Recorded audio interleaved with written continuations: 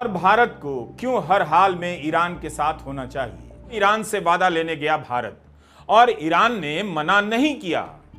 हम लोग नहीं चाहते हैं कि ईरान बर्बाद हो। हमें क्या घाटा है ईरान से? सस्ता पेट्रोल मिल जाता है। हमें क्या मिल जाता है? सस्ता पेट्रोल मिल जाता है और वो पैसों नहीं लेता है, बदले में कलकत्ता से सामान खरीद लेता है। हमारे लिए एक करीबी देश है जहां से इमरजेंसी में कभी भी पेट्रोलियम आ सकता है। रूस उतना दूर से आने में दिक्कत होगा। तो और एकमात्र रास्ता ईरान बचा है जिसके रास्ते हम अफगानिस्तान या फिर सेंट्रल एशिया या फिर रूस या फिर यूरोप में जा सकते हैं। ईरान बढ़िया है भाई, हम ईरानी के रास्ते हम कहाँ जा सकते हैं? अफगानिस्तान, क्योंकि अभी तक तो हम लोग पीओके नहीं ला पाएंगे। अब जैसे मोदी जी का लक्षण है, लगियो नहीं रहा कि ई ले आ पाएंगे। भारत को ईरान के साथ खड़ा रहना चाहिए या इस्राइल के साथ, लेकिन इसी तरह की मुश्किल ईरान को भी आई थी। दोस्ती तो उसकी भारत के साथ साथ पाकिस्तान से भी गहरी थी, बल्कि ज्यादा थी। लेकिन नरसिम्हा राव सरकार ने एम्स में भर्ती अपने बीमार विदेश मंत्री दिनेश सिंह को चुपचाप तेहरान भेजा और ईरान से इनकार नहीं किया गया। ईरान ने उस संकट में भारत की मदद की। वो कहानी क्या थी, उसे जाने बिना आप नहीं समझ सकते कि भारत ईरान के साथ क्यों नहीं है और भारत को क्यों हर हाल में ईरान के साथ होना चाहिए। सोनिया गांधी ने द हिंदू में एक लेख लिखा है और ईरान पर हमले के लिए इस्राइल की निंदा की है। गजा में हो रहे नरसंहार के लिए इस्राइल की निंदा की है और दोनों पर चुप रह जाने के लिए मोदी सरकार से सवाल पूछा है। भारत की प्रमुख विपक्षी पार्टी साफ साफ लाइन ले रही है, लेकिन मोदी सरकार की विदेश नीति की लाइन आज कहीं नजर नहीं आती। अमेरिका में तो ट्रंप के समर्थक भी इस्राइल को झूठा कह रहे हैं, ट्रंप को रोक रहे हैं कि उसके फेर में ईरान पर हमला ना करें।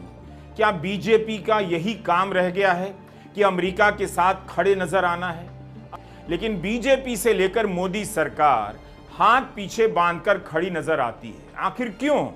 भारत के पास गजा में नरसंहार के विरोध में बोलने और ईरान पर इस्राइल के हमले की निंदा करने की नैतिक शक्ति नजर नहीं आती। मगर आगे बढ़ने से पहले उस कहानी पर गौर करना जरूरी है जिसे कम लोगों ने सुना है। यह कहानी भारत की विदेश नीति, उसके किरदार, सबके बारे में काफी कुछ कहती है। इतने सारे गोदी चैनल हैं, लेकिन क्या किसी ने आपको ऐसी कहानी बताई जो आपको इफ्तिखार गिलानी ने बताई है? आपने शायद इफ्तिखार गिलानी का प्रोमो कभी नहीं देखा होगा, बहुत से लोग उन्हें पहचानते भी नहीं होंगे।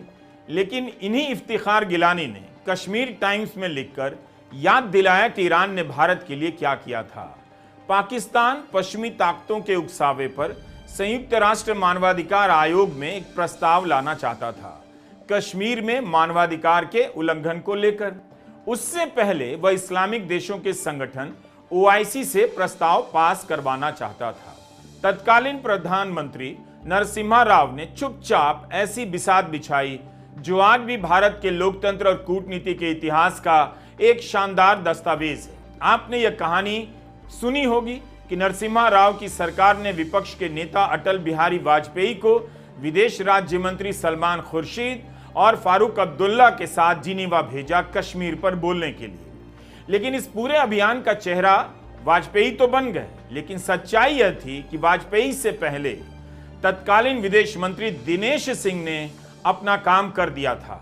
इसी की नकल में इस बार मोदी सरकार ने विपक्षी सांसदों के दलों को विदेश दौरे पर भेजा। लेकिन आप सभी जानते हैं, इनका दौरा नौटंकी से ज्यादा कुछ भी साबित नहीं हुआ।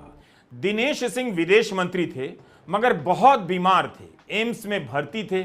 किसी को पता ना चले और हंगामा ना मच जाए, इसलिए उनके बिस्तर पर किसी और को लिटा दिया गया और उन्हें उठाकर एक बीमार विदेश मंत्री को डॉक्टरों के साथ भारतीय वायुसेना का विशेष विमान तेहरान के लिए उड़ जाता है। तेहरान एयरपोर्ट पर उतरता है तो स्वागत के लिए ईरान के तब के विदेश मंत्री आते हैं। व्हील चेयर पर भारत के विदेश मंत्री को देखकर पूछ बैठते हैं, ऐसी क्या बात हो गई कि आप भारत से चलकर यहां आए हैं?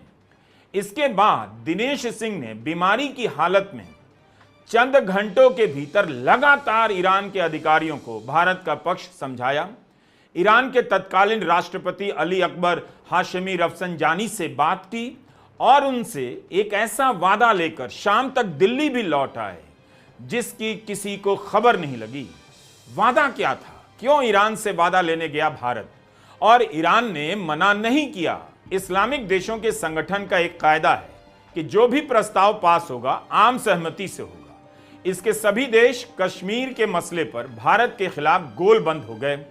ईरान ने भी पाकिस्तान को साथ देने का वादा कर दिया था। हुर्रियत कॉन्फ्रेंस के नेताओं को भी कहा कि ईरान उनके साथ है, लेकिन बीमार विदेश मंत्री दिनेश सिंह ने ईरान के सामने भारत का पक्ष रखा। उनके पास एक ही रास्ता था, अगर ईरान इस प्रस्ताव का विरोध कर देता तो पाकिस्तान को इस्लामिक देशों के संगठन के स्तर पर ही मुंह की खानी पड़ जाती। एक बीमार विदेश मंत्री को अपने दरवाजे पर देखकर ईरान ने दरियादिली दिखाई। ईरान ने ओआईसी में पाकिस्तान के प्रस्ताव का विरोध कर दिया और प्रस्ताव गिर गया। पश्चिमी देश उस वक्त चाहते थे कि ओआईसी से प्रस्ताव पास कर मानवाधिकार आयोग में आए और वहां से पास होकर संयुक्त राष्ट्र में आए और तब भारत पर प्रतिबंध लगाया जाए। ईरान ने साफ साफ कह दिया कि इसका समर्थन नहीं करता है। वह भारत और पाकिस्तान का दोस्त है और दोनों को इस मसले का समाधान औपनिवेशिक ताकतों के बिना करना चाहिए। ईरान के इस स्टैंड से पाकिस्तान का प्रस्ताव धराशायी हो गया और पाकिस्तान को गहरा झटका लगा। बहुत कुछ राजनीतिक भू राजनीतिक संबंध लंबे समय के लिए बदल गए। साल कौन सा था? 1994। भारत उदारीकरण के रास्ते पर चल रहा था। अगर कदम बढ़ाते ही प्रतिबंधों की बेड़ियां लग जाती तो इतिहास कुछ और हो जाता, लेकिन ईरान की मदद से भारत की सबसे बड़ी रुकावट दूर हो गई। आज उस ईरान के लिए भारत की मोदी सरकार साफ साफ दो शब्द नहीं कह पाती। विदेश मंत्री दिनेश सिंह तो बीमार थे, व्हील चेयर पर तेहरान गए।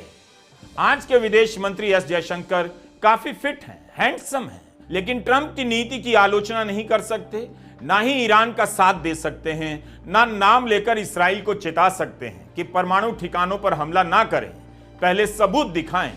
इसलिए जयशंकर जितने भी हैंडसम लगते हों, उनका टेलर जितना भी अच्छा हो, लेकिन इतने बड़े ग्लोबल संकट के समय उनकी विदेश नीति में ना तो दिनेश सिंह जैसी कोई कहानी है, ना कोई बड़ी कामयाबी। यह उदाहरण इसलिए दिया ताकि हिंदी के दर्शक यह समझ सकें कि कपड़ा ठीक पहन लेने से कूटनीति सही नहीं हो जाती। इससे यह सवाल पूछिए कि 2 साल से गजा में नरसंहार चल रहा है। एक छोटे से इलाके के निहत्थे लोगों को घेर कर दिन रात बम से मारा जा रहा है, उन्हें भूख से मारा जा रहा है। क्या बुद्ध होते तो चुप रहते? गांधी होते तो कुछ भी नहीं कहते? तब बुद्ध और गांधी का इस्तेमाल अपने भाषण में करने वाले प्रधानमंत्री मोदी गजा में नरसंहार की निंदा क्यों नहीं कर पाते हैं? किससे डरते हैं? क्या वजह है? ईरान से पुरानी दोस्ती कैसे भूल जाते हैं? यह सवाल आप हिंदी में ही पूछिए, क्योंकि विदेशों में डंका बज रहा है। इसके नाम पर हिंदी की जनता को ही भरमाया गया। तो अब बारी है हिंदी वालों की डंका बजाते हुए सवाल पूछने की कि चुप रहने से डंका कैसे बजता है। नमस्कार, मैं रवीश कुमार।